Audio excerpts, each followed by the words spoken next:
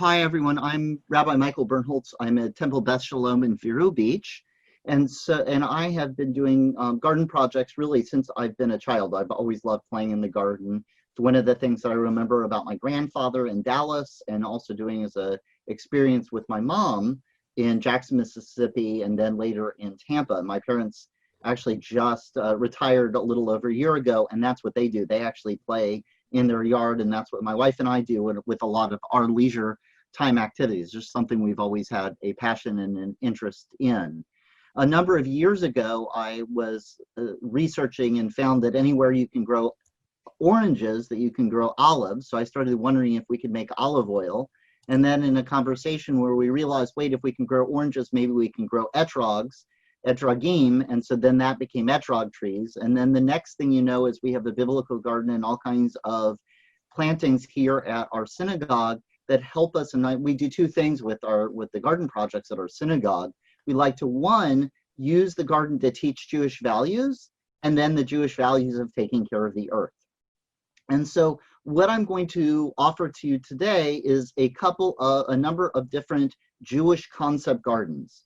And my goal of doing this is to give you a little bit more kavanah, a little more intention, creativity, something to not just say, my synagogue, we want to plant a garden, but give you more of a story, more of a framework, more of, wait, what are we planting? What are we going to do with it? And how is it going to be part of our Jewish community? And I say that, and whether it's a synagogue, whether it's a Jewish school, whether it's a JCC, whether it's your own house, any of these things can be used and applied. They're just a good way of giving some structure and giving some focus and direction. And we're Jews. Everything we do has to do with story. And the more story we tell, sometimes the more fun it is. I remember watching an episode of Chopped, the show on Food Network. And there they are in the midst of this competition, and one of the chefs, he made a mistake. He forgot salt or seasoning, and the judges asked him about it, and he then starts spinning this tale of why he couldn't have the seasoning in. And then it happened again, and by the second round, I'm like, okay, who is this guy? This is a Jewish way that he's approaching it, with everything had to be a story. And sure enough, he was an Israeli chef, or had a very Israeli Hebrew name. And I was like, how did I hear the way that he told a story as a way of explaining himself, and just know that in my bones that was a very Jewish thing to do. So that's what I'm going to share with you, that I'm offering to you a number of different Jewish ways to take Jewish story and plant it in your garden. So I am now doing a screen share with you will take you through some of these Jewish concept gardens. I will have available a listing after the webinar of some of the different things I'm throwing out. I have a longer text, but I worry that if I throw too many words out, it just gets to be a jumble of everything. And I'm happy to do all sorts of different pieces. I'm going to give you a little taste of some of the things that I do, and I'm going to show you both width and depth. Now, the other piece I wanted to come back to, as Deb was introducing me, is soil, and why soil and carbon, because very often I think people don't garden because they're like, well, wait, what am I supposed to grow? My hope here is to give people, again, that focus of what do I want to plant, and maybe give them yet another reason to go out in the garden, whether it's intergenerationally, whether it's themselves, whether it's at the synagogue or a Jewish community or at home, to give people reason to plant and a focus for planting that might get more gardens or more plantings happening. So I am assuming that everyone is able to see my projection and that we are good to go. So I call this Jewish concept gardens. There's a bunch of different values behind it. One is food appreciation. You'll hear me talk about this in a few different of the gardens I do, but how do we measure or think about how much effort it takes to grow the food that we eat? You'll hear me talk about it with the chicken soup garden, or with the pea garden, or with the matzah and kitniot garden. I've tried to grow a few different times to see how much wheat you have to grow in order to make one slice of bread. As I say that, I have never been successful. I've grown wheat. You'll see some pictures later. But right when I'm about to pick it, the squirrels come and get it. Mm-hmm. And so that's one of the things I was in, I think it was 2014, I was on the front page of the Wall Street Journal for all of my biblical gardening failures. I am not afraid to fail. I keep trying this stuff. Sometimes it actually works, which is mind-blowing to me. But that's one of these things, is not to be afraid, just to experiment, to play. The more we do, the more you learn, and the more you experience. And that's a huge part of this as well. So food appreciation, can we measure the efforts to supply what we eat? Ritual, I do a lot of planting of produce that I want to use, that I can use at home or in our synagogue for ritual, whether it's groggers, whether it's cotton that I grow for olive oil lamps for Shabbat, to tell a story. So what are the foods that our ancestors are eating when they had a moment of challenge or connection? You'll see in here that I have a lentil soup garden. Can we grow lentils or some of the herbs or spices you might make in lentil soup? I'm of course referring to this story of Jacob and Esau when Jacob ends up getting the birthright for a pot of red stuff. To connect to our history. What are the mechanics of growing, or the produce we have that we experience a sliver of what our ancestors have? I'll talk about karpas and maror. When we talk about the bitter herbs and sweet herbs of Passover, we're talking about what they would have had in Egypt, what they grow in the land of Israel, what, if you're Ashkenazic or Sephardic, what your Ashkenazic or Sephardic ancestors would have had in Europe, or what we have in our own markets here. And then finally, to illustrate a value, can we see Kedusha, or holiness, in the garden? Here's an example. What are the values or experiences of a growing vine? And so if we take a young person out and you show them a vine growing in, is it a vine that needs a trellis? Is it a vine that has wide arms going out? There's all sorts of language of the people of Israel being a vine going out. How do we start to take what we see in the garden and use that as a way of teaching and connecting people to what's happening in the garden?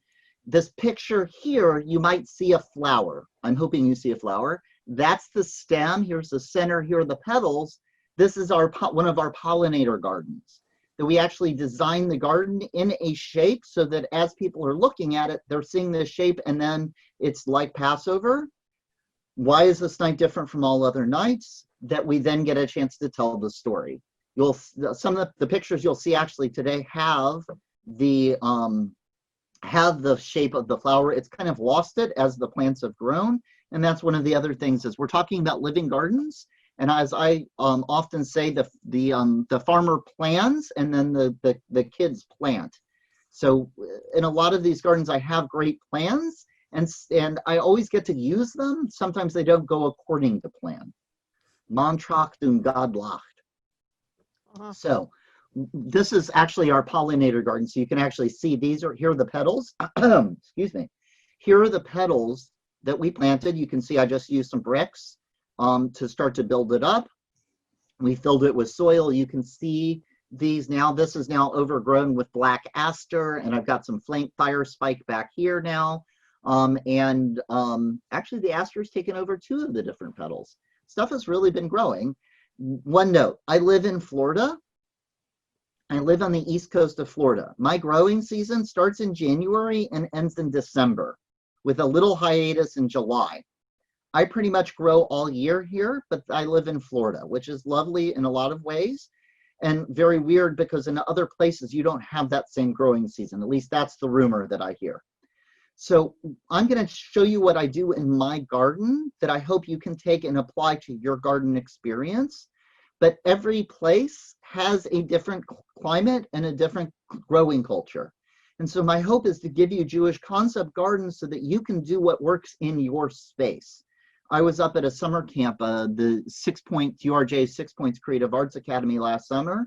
Milkweed in Pennsylvania does not look like milkweed in Florida, just a completely different looking plant.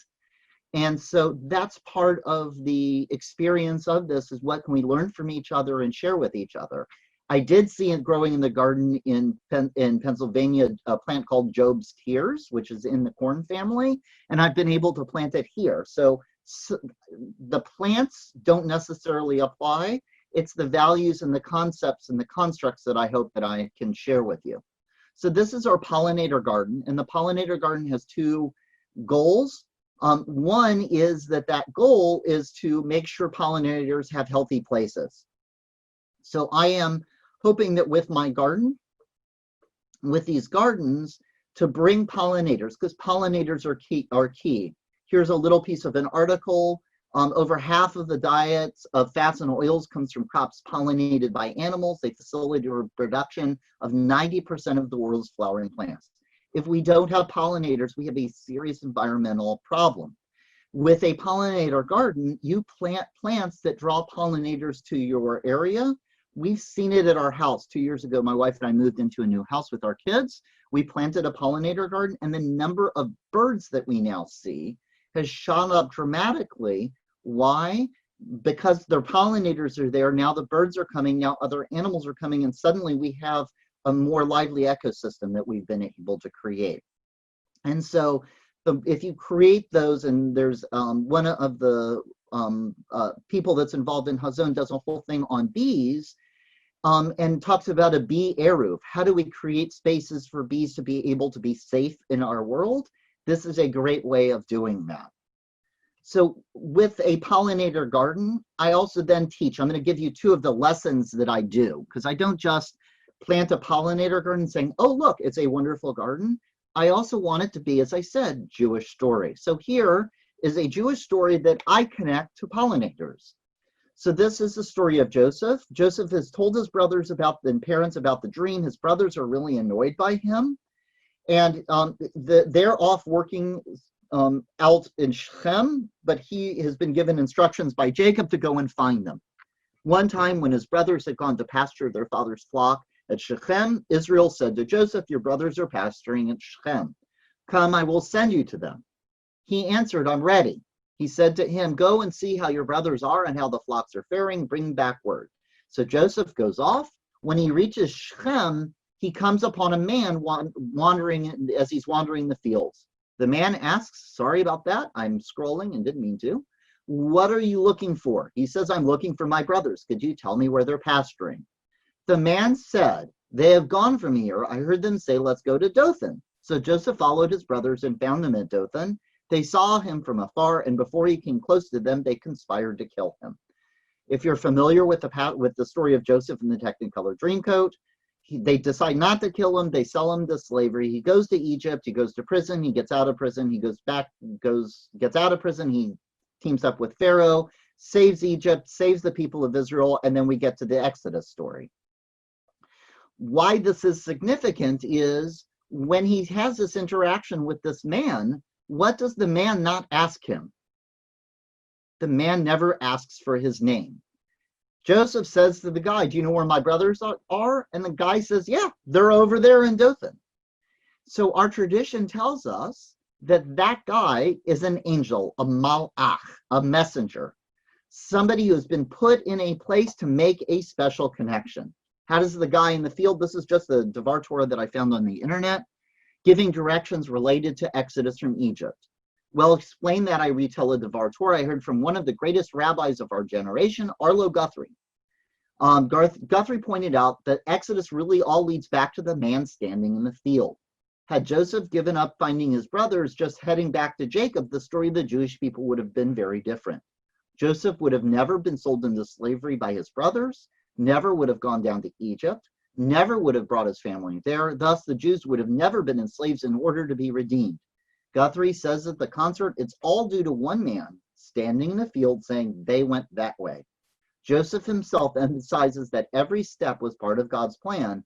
When his brothers apologized to him for selling them slavery, he tells them, even though you meant no harm to me, God meant it for good to achieve his present end, the survival of many people. So I'm going to kind of skip a little bit of the commentary there, but the point is that here is this malach floating around. Joseph is floating around. You have this moment of connection. That's what pollinators do. They, in their process, what do? They're going to drink the nectar of the flowers. While they're there, they pick up pollen, and then they go to the next flower and they deliver the pollen. that going back and forth, they are making these connections that are so vital for our world. I have a little bit of cheese over here. Well, I don't have that cheese if all of these pollinator processes aren't going on in our world. And so I often talk about malachim as a great way of illustrating what a malach, that way of connection. You see before you two different stories. These are two of my favorite pollinator stories. And I can actually, sorry, it's in a, I apologize. I will have to send those out. I can't pull it up from the PowerPoint and drop it into the to the chat box. What I can tell you is if you Google Laura Buxton, you can see her name here on Radiolab, you'll pull up this story. And the story of Laura Buxton's absolutely incredible. She is this 9-year-old in England. She writes her name on a card. She attaches it to a helium balloon. She lets the balloon go away. Balloon floats through the air and it comes down in a bush 100 miles away against the prevailing wind. A man walks out, he sees it in the bush, he's about to throw it away, he notices the card. He looks at it, he says, oh, Laura, that Buxton, that's my neighbor. He goes and takes it over to the second Laura Buxton, his neighbor, and gives it to the mom. The mom looks at it and says, Laura, why did you do this? You left trash in our neighbor's yard. The Laura Buxton, the second Laura Buxton, looks at it and says, wait, Mom, this isn't my handwriting. That's not our address. Who is this? And it then reaches out to the first Laura Buxton, who can't believe that her balloon ends up into another Laura Buxton. This is all, by the way, true. The two Laura Buxtons are within a few months of age of each other. And I tell that story as a pollinator story in a very simple way. Think about all of the connections that had to have for that to work. The first Laura Buxton had to release the balloon. The neighbor had to give it to the mom. The mom had to give it to Laura, the second Laura. The second Laura had to reach out to the first Laura. If any one of them had stopped, the chain ends. And there's a second story here, which is called the wallet story. And you can see, there's the Morgan County Seeds. It's just a storytelling site. I found this all over the place. It's a similar story where again and again, different people have to step in and make a conscious act of connection. That's what a pollinator garden is. Where can we see those moments of connection? And here's a little piece from Harold Kushner. The Hebrew word for angel is malach, which also means messenger, one who is sent, unsuspecting and unaware, consumed by their own plans and itinerary. Busy at work on their own schemes, people chose to be messengers of Most High, rarely even know that they are messengers. I don't know how many times in one's life one is also a messenger, but everyone is at least once.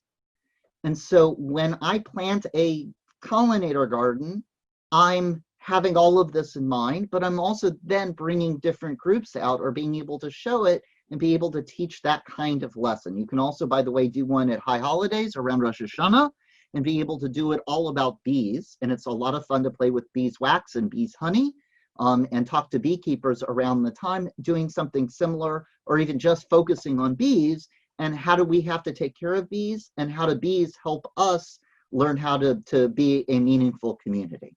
So that's the pollinator garden. I wanted to go through one lesson. I have different lessons for each of these concept gardens, but for the sake of time, I wanted to kind of take you through one of the longer versions of my lesson. Here are two other gardens. A chicken soup garden, so a garden that doesn't involve chicken, although you can. If you have chickens, more power to you. My 17-year-old daughter's scared of them, and my wife is not ready for them yet.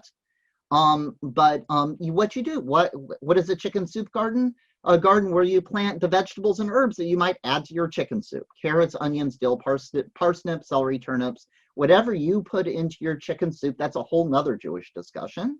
And that's the whole point, is you grow stuff. Now, here's the thing. Did I mention that I'm the Job of biblical gardening? I've harvested about 24 tomatoes off of my tomato plants so far this year.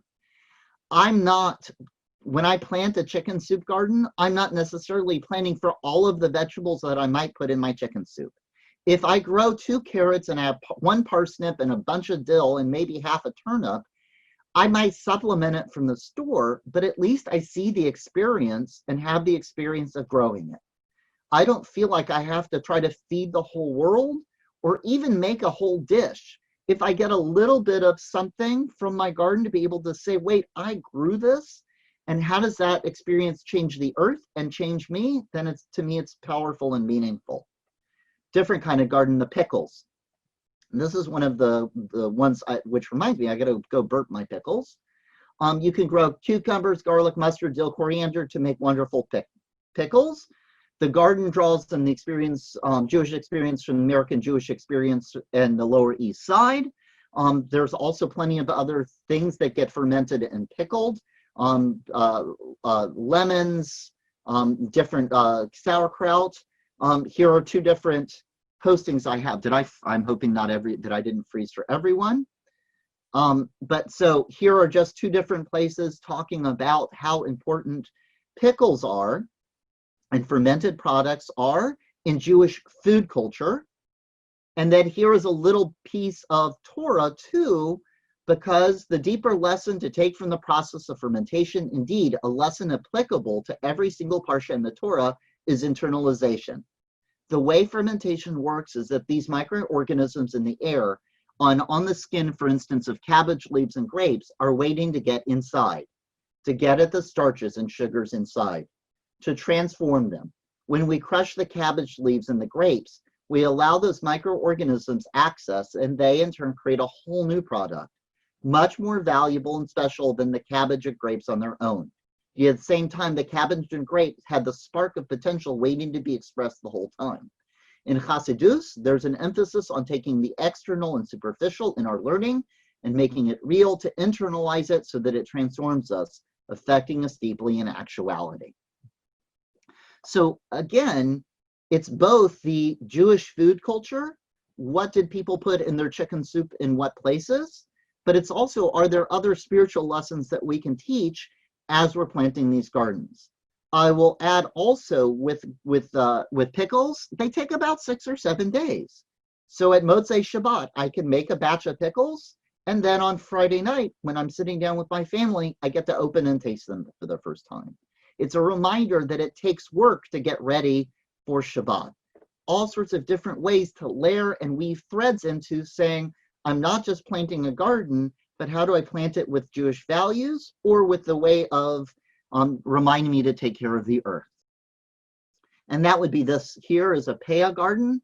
A lot of community gardens are doing this. I don't have enough resources here to be able to do it, but I know like Mitzvah Garden Kansas City, for example, has this, where it's a Peah garden. So they plant a garden that then has produce that goes to a food pantry in the area.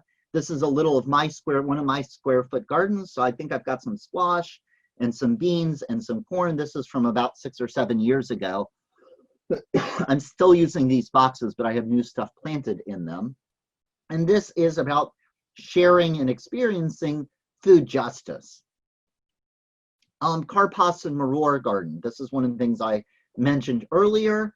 So this is around Tu B'Shvat for us in Florida. You also, I think up north, could start some of these things or do these things inside or in a greenhouse, but plant some of the herbs, whether the herbs of your area or the herbs that might have been in Europe or might have been in Israel. What does it mean to have different sweet and bitter herbs that you get to enjoy? And so this was some arugula, and you can see some parsley and cilantro. This is me just experimenting with all kinds of different things. These are actually olas, which are ceramic vessels that you put into the soil. You put the water into the vessel, it's unglazed, and then it wicks out into the garden. This is my 5 Senses garden. This is an earlier iteration of it where we planted it as a spiral because it was a lot of fun to kind of try to design that. This is a later iteration of it. To the right is a later one where the spiral started to fall in. So I've now opened it up, and I've now got a larger planting. But the 5 Senses gardens are different stories like Bilam or Jacob waking up to God's presence. And so I have herbs in there that we use for Havdalah. I've grown cotton in there that you can use for dream pillows, and that we use for the wicks of our olive oil lamps that we use on Friday night. Just different kinds of things. So we have our kids from our religious school that go to experience the five senses. We use some of the produce that comes from this in our groggers for Purim. And so it's just a way of planting to be able to say, how am I planting in a way that touches all five of my senses? Great experience. There was stevia growing in one of these gardens at one point. I went out I picked some, and I went and I had mint, and I took the stevia and I smelled it. I'm like, it doesn't smell. You then take a bite of it and it's super sweet. It's a reminder that some of the plants have smell and no taste, and others have no smell and a lot of taste. A Three Sisters garden. So you might have heard this. Native Americans plant squash, corn, and beans together as a way of creating a unit. You can do this in a garden that you have as a way of saying, wait, what were the corn, squash, and beans, and how did they plant them in my area? Or when the Native Americans were planting the Three Sisters here, where was my family and what were they planting, and can I do that here? It's also a good way to learn about the environment. What are the native plants, and what places were they planted, and how was that native produce used? I'll highly recommend a podcast called Gastropod. Gastropod is really incredible. There's a beautiful episode they have on Native American plants and Native American food. They also have one on sourdough, and the history of the bagel that they offer is amazing. They actually have from 13th century Polish, 13th or might be 15th, Polish writings about how to serve bagels at a bris. You can also do a 7-species garden. And I will freely admit this is easier because my weather, the rain is the opposite of Israel, but the temperatures are the same. So I can grow pomegranates. I can grow date palms. I can grow olives. I can grow all of the grapes, the figs, the pomegranates, the olive trees, the dates, the wheat and barley. I can actually grow all of that here. But even if you just grow one, or even if you just have it in a pot, or even if you just find a pygmy variety, just to have that sense of Israel, that little bit of an experience of it. Our olive trees have never produced, but just having them there reminds us to take care of them and think about what does it mean to have olive trees. We've been able to get figs here, but then you bring in some more figs to taste, even if you aren't able to grow, but just seeing the fig leaves is absolutely incredible. Chametz, kitniot, and matzah. So again, a chance to play with that concept of chametz. There's all kinds of different teachings around what chametz is. Chametz is the leavening agents that we're supposed to not have at Passover. And so that's a great chance to play with sourdough before Passover and after Passover, and then not use it during Passover. But you can grow some of the grains of chametz, wheat and barley, oats and rye and spelt. Or you can grow some of the kitniot, the things that were not available to our ancestors, to be able to say, what are some of these alternative different grains? This is actually matzah that I made. So I do make sourdough bread. I've only been doing it for a couple of months, but I gave away my chametz. I gave away my sourdough starter at the beginning of Passover, and right as Passover was about to begin, I used the last of my flour to make some matzah that I used during the week. Okay, I'll be honest, it lasted 2 days. But that was, again, another way of experiencing Passover, of thinking about what was my baking like before, and then what was my baking like after. An Israeli street food garden. And so you can grow eggplants and cucumbers and tomatoes and different things that might be in Israeli salad, or put in a pita bread. On the right, this is one of my new crazy creations. I started with potato towers. I didn't have a lot of success. So I said, let me start doing chickpea towers. So I got a bag of chickpeas at the store and I put them into my germination station, and I made a little tower of fencing, and then I'm just planting it, and I'll actually fill it up in a few days and be able to see if I can grow some chickpeas. I might get 3 chickpeas out of this experience. I might get enough to make 1 can of or 1 bowl of hummus. I just don't know. But if I don't, but by trying it and experiencing it, I give myself a taste. I say that not trying to pun, but succeeding in punning. A taste of what goes into every time we buy. How many of us buy hummus? What an awesome chance to see how many plants it takes to get enough chickpeas for a cup of chickpeas. So chickpeas, garlic, marjoram, hyssop, eggplant, peppers, tomatoes, there's all kinds of different things. And again, if you're then growing them, you get to play with all of those great cookbooks and recipes that are coming out of Israel. A Simis garden. This is a slow cook garden. So what are the things that we can grow that we then use for slow cook recipes? This is a reference to that story with Jacob and Esau, but also for Shabbat. Strong tradition of taking something, slow cooking it. Your challah comes out on Friday. You put into your hot oven your cholent or your tzimis, let it go until Saturday afternoon and enjoy it. What are some of the things you can grow that you can then enjoy in a slow cook fashion that give you a chance to experiment, to play, to take out some of those different cookbooks? A little red hen garden. And so this was growing a little bit of wheat. I actually then get decorative wheat from a company. We thresh it, we winnow it, we grind it, and then you can make matzah or make bread out of it. And I'm supplementing each way along the way, but here's the wheat growing. This is just before the squirrels got it. And this is my son, and he might have been 7 or 8. He's now 14 and 6'1" or 6'2". He doesn't weigh much more than this now.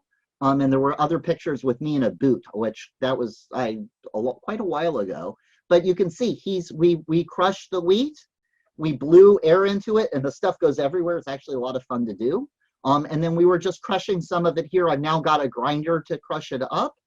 But just that experience of doing it, I've done it with adults and I've done it with kids. It is incredible to stop and grow, thresh, winnow, and grind, and then bake with it. We eat bread or we eat food products. We don't even realize what goes into what we've been able to experience. Here's a grogger or rhythm garden. And so you can grow beans and seeds. You can, if there's bamboo around, there's all kinds of gourds. This is one of my latest experiments. You can grow the upside down planter things that you can get. They're all over Amazon and other places. I didn't have pepper plants to put in. This one was supposed to be designed for pepper plants. I put bean seeds in it. It's growing happily. So I was able to hang it on a shepherd's hook, and it's now stood over the garden. And actually there are some cucumbers down below. And you can see this is my, in the back is it used to be the pool deck at our synagogue. We have a house that's part of our office. There is a pool, formerly a pool deck. There's no pool there now, but you can see in the background, those are some of my garden experiments. That's where I have my etrog starts growing. But you don't need a lot of space to have a shepherd's hook, have one bag. How awesome it would be to take a grogger that you've grown instead of one of those little plastic and metal things. If I finish a container of mints, I harvest the beans, I put them in the mint container that I would have otherwise thrown away, and now I've got a grogger that I get to use for Purim. Just trying to find ways, how do I think about the rituals that I do? What are things from the garden I can bring in for those rituals? And what are the food products that are part of our rituals that I can find in the garden to understand that experience? A Dor Vador garden. This is me. You can't see my foot because I had to have, because that was when I was in the boot for a broken bone, and pre-beard here, and much less gray. So this is about 5 or 6 years ago. What am I eating? I'm eating a melon. And so I actually use it to talk about the melon balls of time. I eat the melon.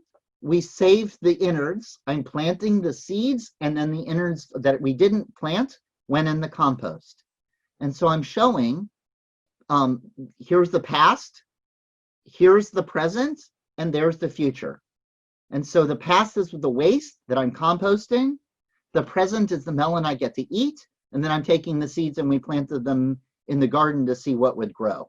And so avocados, potatoes, onions, leeks, garlic, there's all kinds of different stuff that you can take and start growing again in your garden. And it's a way of door. How do we keep the generations growing, thinking differently about the waste that we have and different ways about sustainability? And that is the end, and I'm sure I will have more ideas of different garden concepts. I am happy to take questions or thoughts or feedback.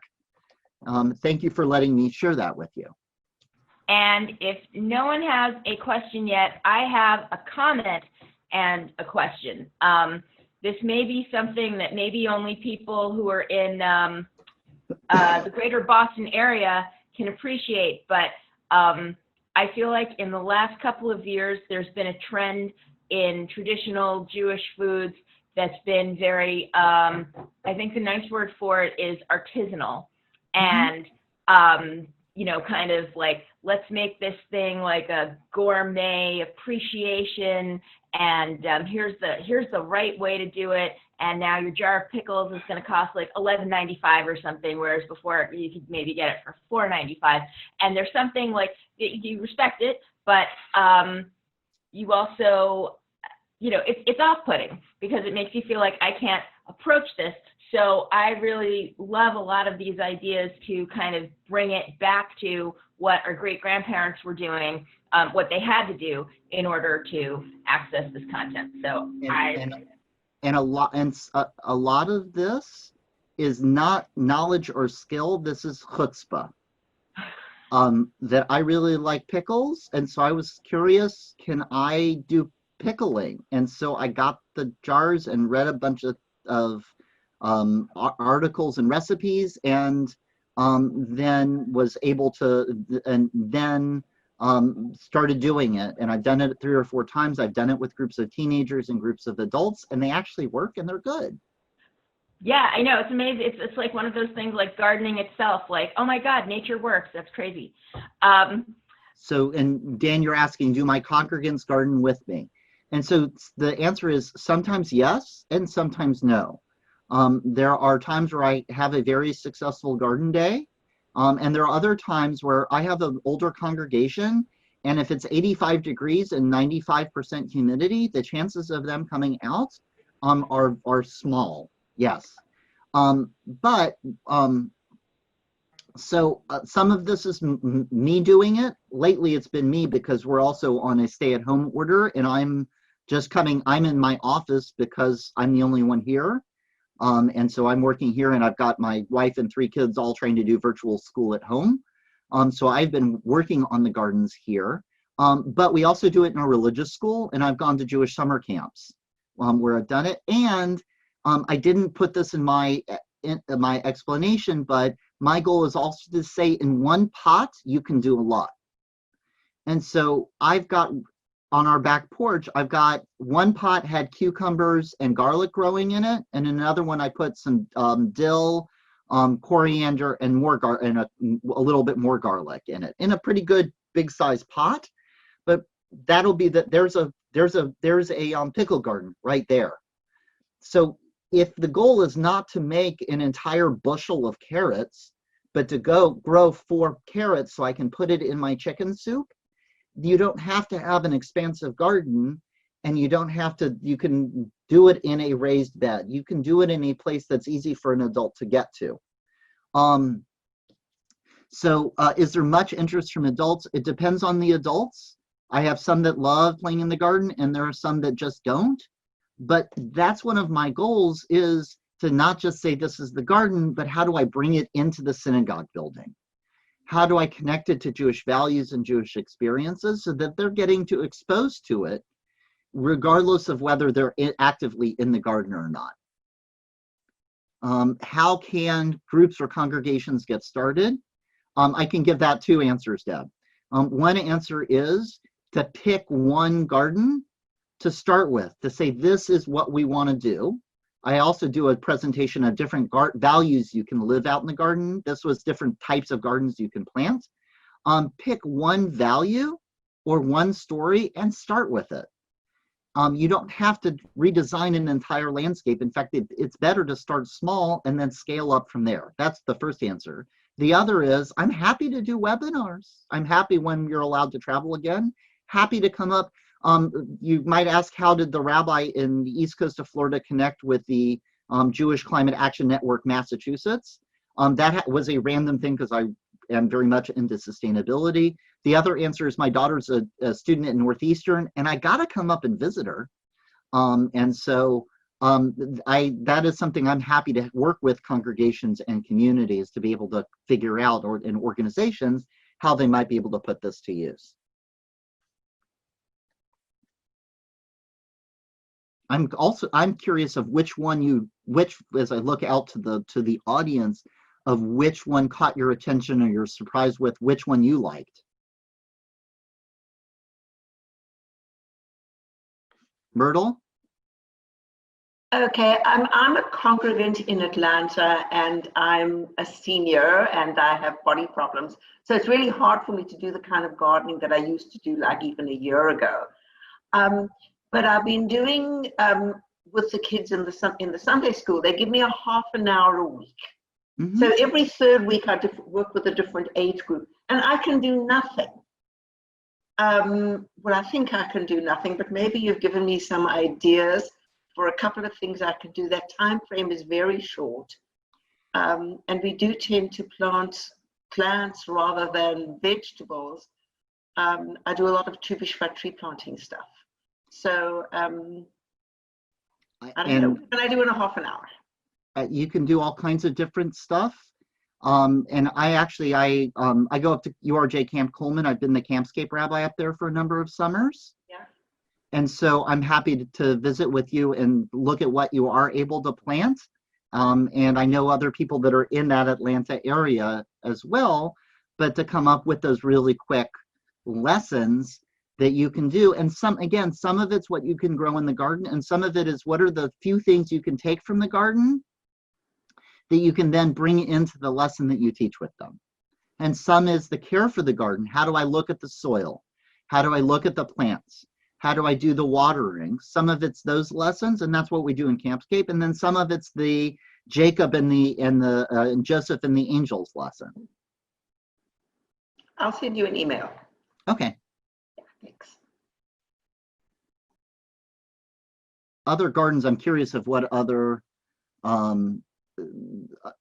different kinds of gardens. And so Daniel, you're saying that you do the Paya garden that you guys do for the homeless shelter. So you're looking for other different ideas. And I think I saw that you're in Rochester. Yes. So you probably can't grow cotton. I doubt it. But you can grow, you can do gourds and pumpkins or other things that you can grow there. And part of it is also a great resource. And I actually have one of my fellow master gardeners I'm one of the with the county extension as a master garden volunteer. Reach out to your county extension. They will be able to tell you what kinds of plants you can plant, when you can plant them, and where you can plant them. Because by knowing when and where and what you can plant, you can then say, okay, wait, that then gives me an idea of where to plug into a Jewish story. A great idea. There's one, the county extension place is actually not too far from our synagogue. We're on lockdown as well, so I'm not sure what the availability is, but I'm sure we'll get there. Thanks. Oh, you're welcome. One of the other things I will tell you is there are other groups that also do gardening that you then was gardening in small spaces. Got it. So, and that's the same, what I was saying is in one pot, you can do a lot. It's all about thinking about what setting your goal and not thinking you have to get they didn't go from Egypt to the land of Israel in one step. They went for 40 years. So you don't have to try to grow all of the beans that you're going to use in all of the groggers for all of your congregation. If you grow one seed pod, I remember I have not had success growing lentils, but I'm having a lot of success with cowpeas actually. My wife is an elementary school teacher, and I was walking around one morning. I had picked a seed pod and I had it just open in my hand. Kids looked in and said, "Wait, what are those?" And I said, "These are our beans." They're like, "Oh, I didn't know they grew like that." You don't have to grow an entire vat of chickpeas for hummus to change the way we think and experience the stuff that we're doing. So yeah, no, unfortunately haven't had luck with lentils. I haven't really tried a whole lot. And so I am, so I look for other, I keep experimenting. I've been really bad about the seed catalogs from all kinds of different countries from all different companies with all sorts of different things, trying to make sure A, it's not invasive, and B, it will actually grow in Florida. Not a gardener, but interested to know a little bit about coriander. And the biggest thing I can tell you, Carol, is it's really about chutzpah, that I don't have a green thumb. I just just keep experimenting with stuff. And then I know sometime before the Mashiach comes, I'll have something successful.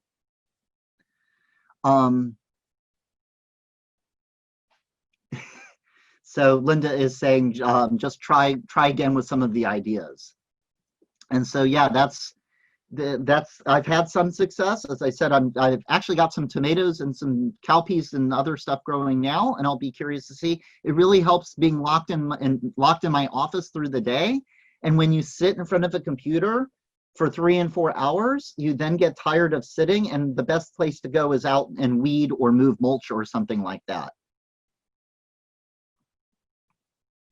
So that's been, even when it's 80 degrees out here. Myrtle, did you have a question? It's a comment. I think that one of the important things that you've taught me is that there is so much effort that goes into producing the smallest amount of food when we are doing it the way we, probably people in 60–80% of this planet are trying to grow food. And if we think about this in terms of hunger and inadequate supplies of resources in all these places, I think that's an important lesson. So thank you. One of the other things I do have at my synagogue is we did set up compost here. I've had some success. I've had much more success with vermiculture. And I've tried, I haven't had success, but my goal was to be able to set up a composter that my congregants could come, they could drop their compost into our compost bin, and then we would be making compost. Hasn't worked yet, but I keep trying.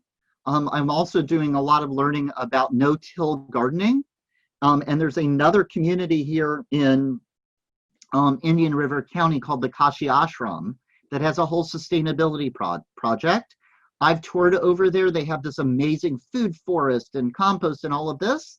And I say, what can I take there? And now I've got partnerships. And so I'm going to be able to get mulberries and elderberries and katuk and other kinds of stuff, because now I'm sharing with them and they share with me. And that can be a powerful thing too, if you've got another synagogue in town, or if you have a friendly church, they can do one part of the experience and you can do another. A great one with kids is to get berries, crush down the berries, boil them, whatever you need to do, make ink, and then you play with calligraphy. I've done that too. And I play with, Jews eat, there's a lot of food stuff in Jewish life. For Shavuot, I'm teaching about the Shekhinah, God's indwelling presence, by making ice cream. And that I will be honest, that's part of my garden experience. Sometimes it has nothing to do with the value I want to teach and has everything to do with what I want to eat. And I feel like I have an excuse to eat something if I can grow it or make it myself. Sourdough bread, totally has to do with the fact that I like eating bread, and now that's so much healthier for me.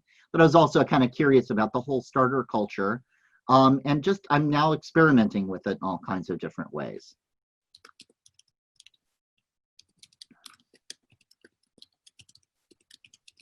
Yeah, so Dan is writing about that compost. So there are places where there are lots of people that have commercial composting, and that is absolutely awesome. That actually was the last webinar, was the one on commercial composting.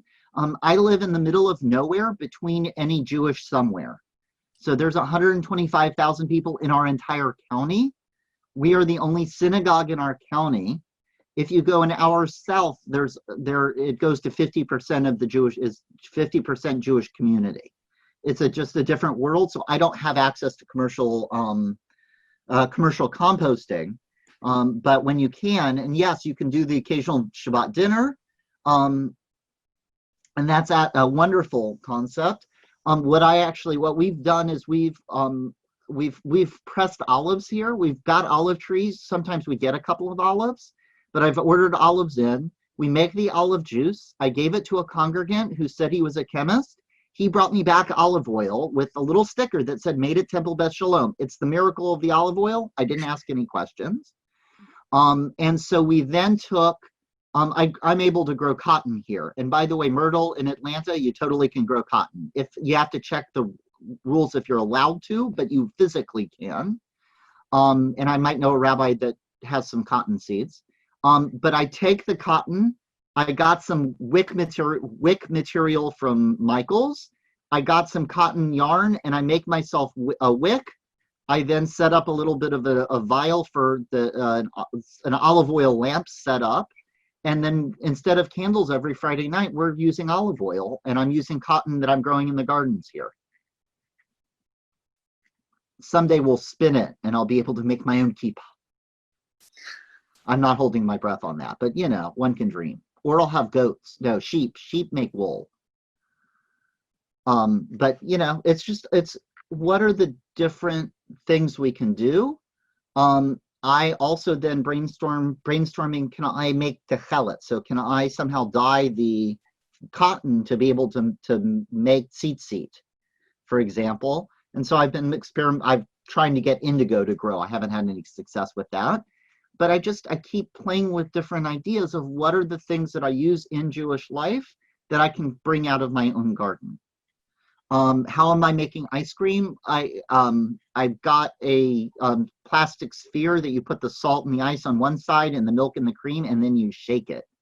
And so I'm just doing shaker ice cream with lots of chocolate, because it's really all about the chocolate. So, and that Temple Sinai in Reno is the one that's setting up. There's a whole small congregation Shavuot program. And so if you look Temple Sinai in Reno, and you can register for their Shavuot program. They have rabbis all across the country who are doing Shavuot sessions through the night. Any other questions that I can answer? And again, I am happy to answer one-on-one questions. And I'm happy to kind of brainstorm what will work in different kinds of gardens in different situations. It's not just what to grow, because the local folks have to decide what can grow, but once you have an idea of what can grow, how do you then turn that into a Jewish concept? No, and I know we've talked a little bit about this offline, but just thinking about religious schools, and I guess maybe the question is like not just how do you get started with that, but maybe like how much leverage could you pull out of like a garden curriculum with the religious school? Sorry, my connection is unstable. So religious schools, I'm just throwing. So it depends on the religious school director, and it depends on the religious school setup.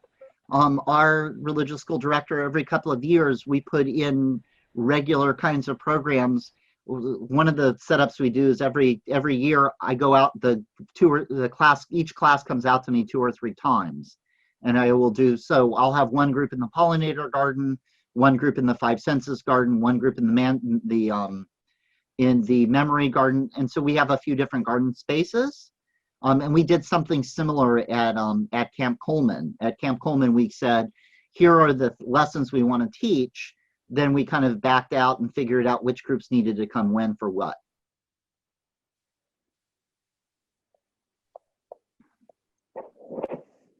Okay, I don't know what's going on with this. All right, I'll go.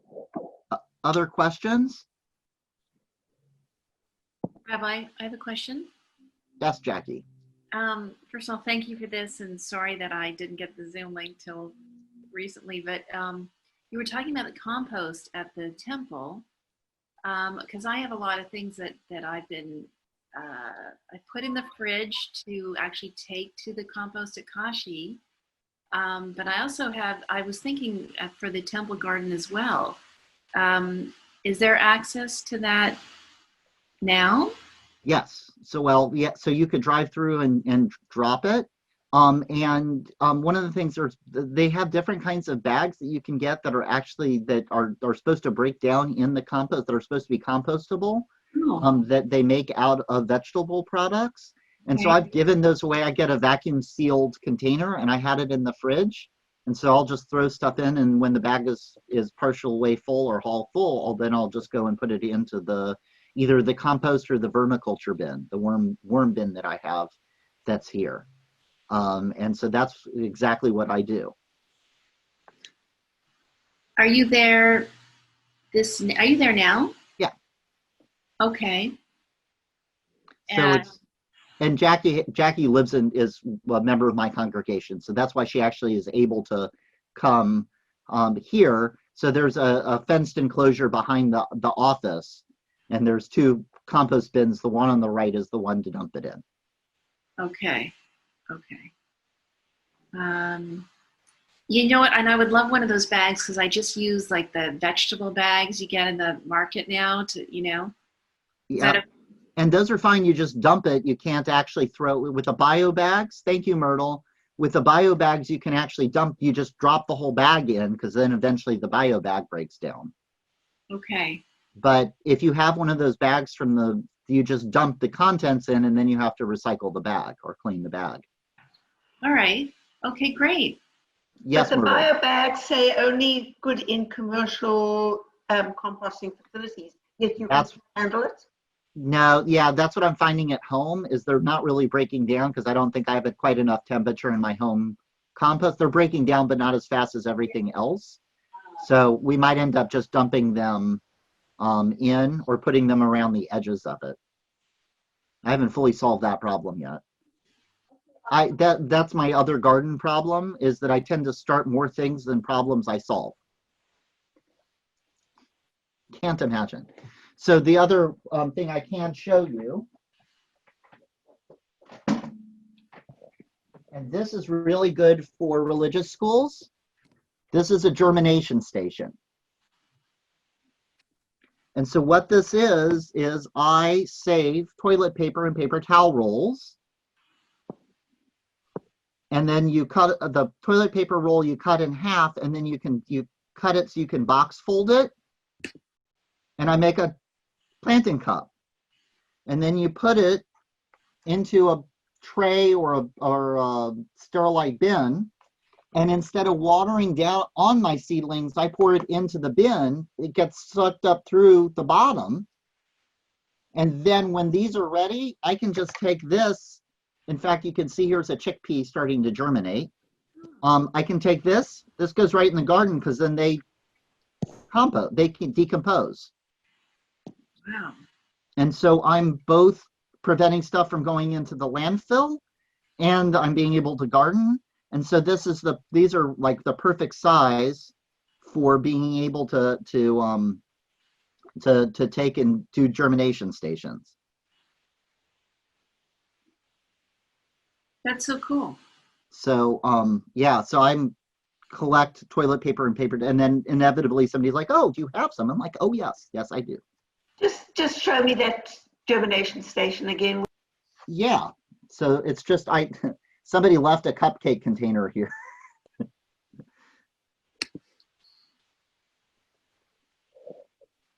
And these are, I've actually had third graders, second, third, fourth graders. How old's, yeah, like third graders, where I bring out the paper towel and rolls, I cut them up and I teach them how to make them, which is really awesome for dexterity and practice. So I actually have them make the cups.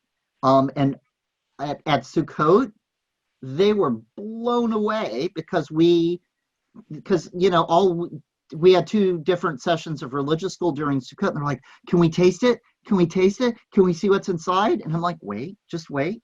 And so after Sukkot, we dissected the etrog. Some of them got to taste it. We took out the seeds. I put them in a germination station, and I've got about 10 etrog trees growing on my back porch. Wow. Growing from seed. And we all get to etrogim at the end of Passover, Passover. The end of Sukkot, you have an etrog. It's so easy, and then it's that Dor Vador experience of, wait a second, I've got the seeds from this. How do I turn them into the seeds for that? And keep it going. Cool. Cool. I have 4 etrog. And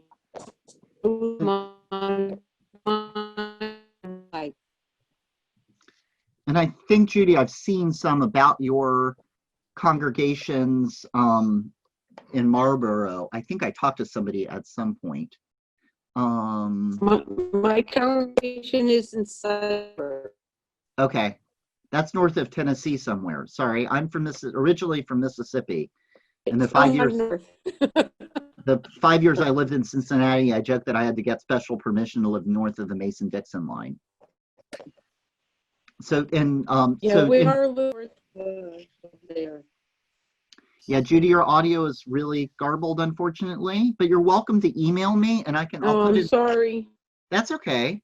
So my email is rabbi@tdsphero.org, which I'm going to put in the chat. Yes, I'll do that. So people are more than welcome to email me. This is one of the things I really love doing. It's also one of my saving graces because I need the physical activity and get out of my office occasionally. And there's also just so much to be able to share in the garden, and it's so vital and important. And so, yes, you can do that. A group of adults making pickles is absolutely amazing. The discussions they have and how they talk about their memories is absolutely phenomenal. So I've done a lot of this stuff with adults, and I've done it with kids, and the adults are just blown away. And the adults get just as annoyed trying to figure out how to fold the cups. Should I show you how to fold one of the cups? Myrtle, would you like me to show you how I fold one of the cups? I would. Please do.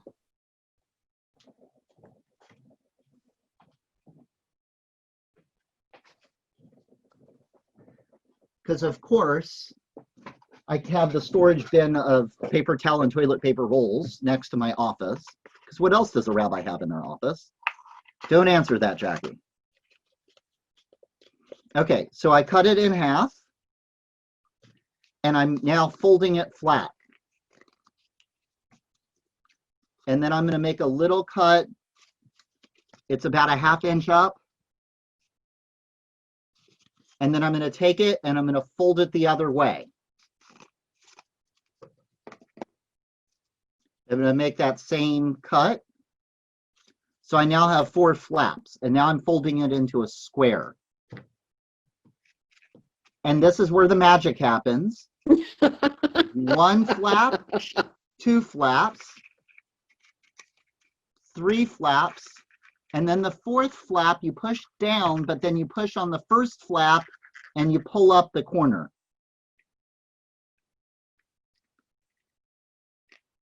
And now I don't have to buy peat pots at the store anymore. I've got a perfectly good peat pot, and this is out of a toilet paper roll.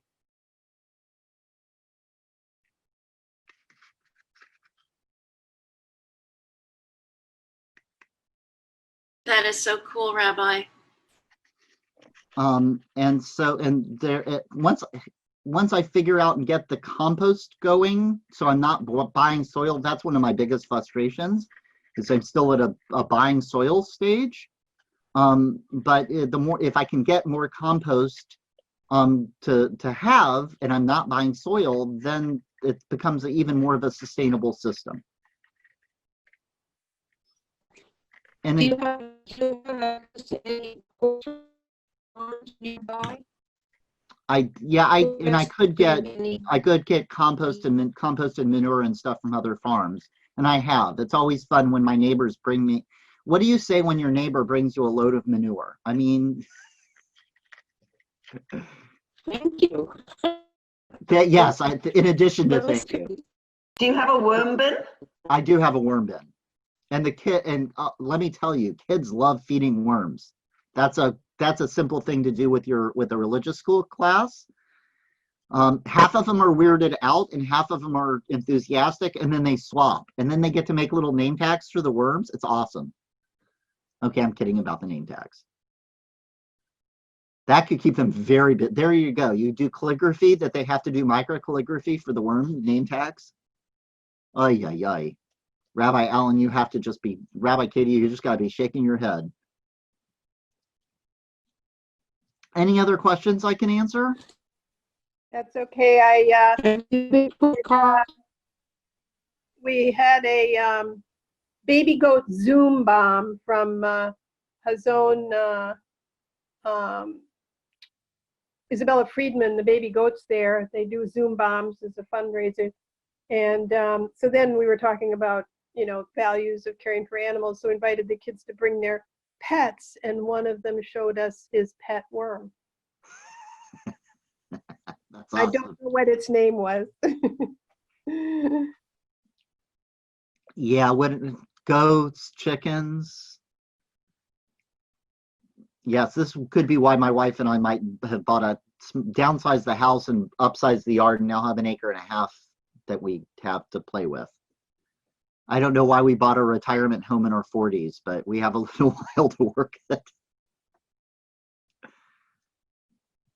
So, any other questions that I can answer? And Judy, I'm sorry, I know you keep trying to ask questions. I'm sorry, the audio keeps fuzzing on you.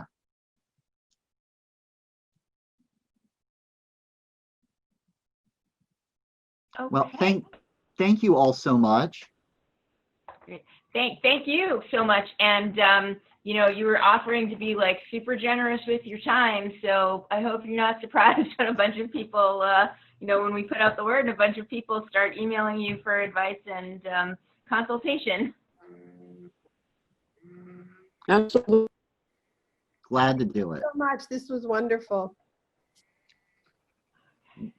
And we'll keep having the conversation, because it's all these different dynamics going from the soil to the produce and back again. Exactly. So, thank you. Thank you, Rabbi Michael. Rabbi, that was great. Bye-bye. Bye.